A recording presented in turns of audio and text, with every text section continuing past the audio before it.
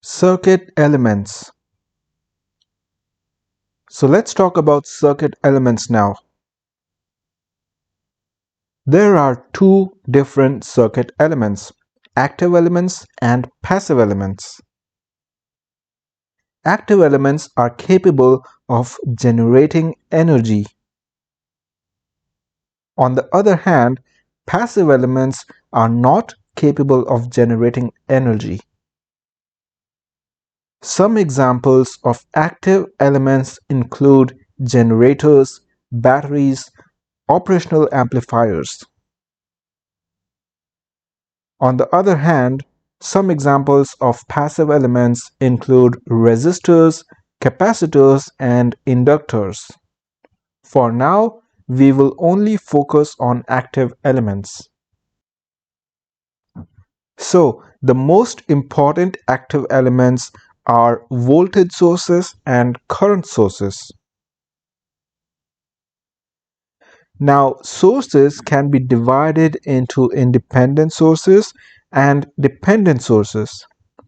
An ideal independent source is an active element that is completely independent of other circuit variables, whereas an ideal dependent source is an active element in which the source is controlled by another voltage source or current source. Independent sources can be further divided into independent voltage sources and independent current sources, whereas dependent sources can be further divided into dependent voltage sources and dependent current sources. Let's talk about independent voltage source first.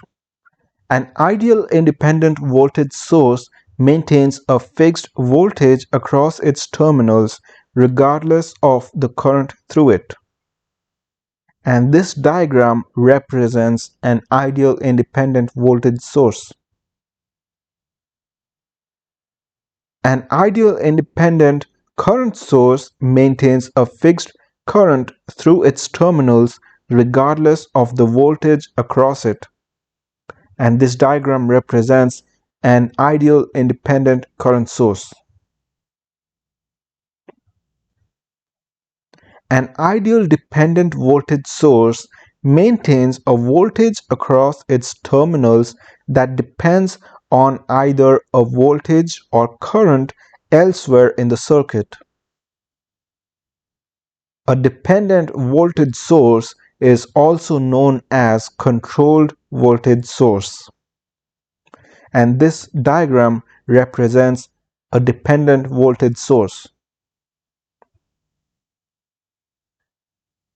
An ideal dependent current source maintains a current through its terminals that depends on either a voltage or current elsewhere in the circuit. A dependent current source is also known as controlled current source, and this diagram represents a dependent current source.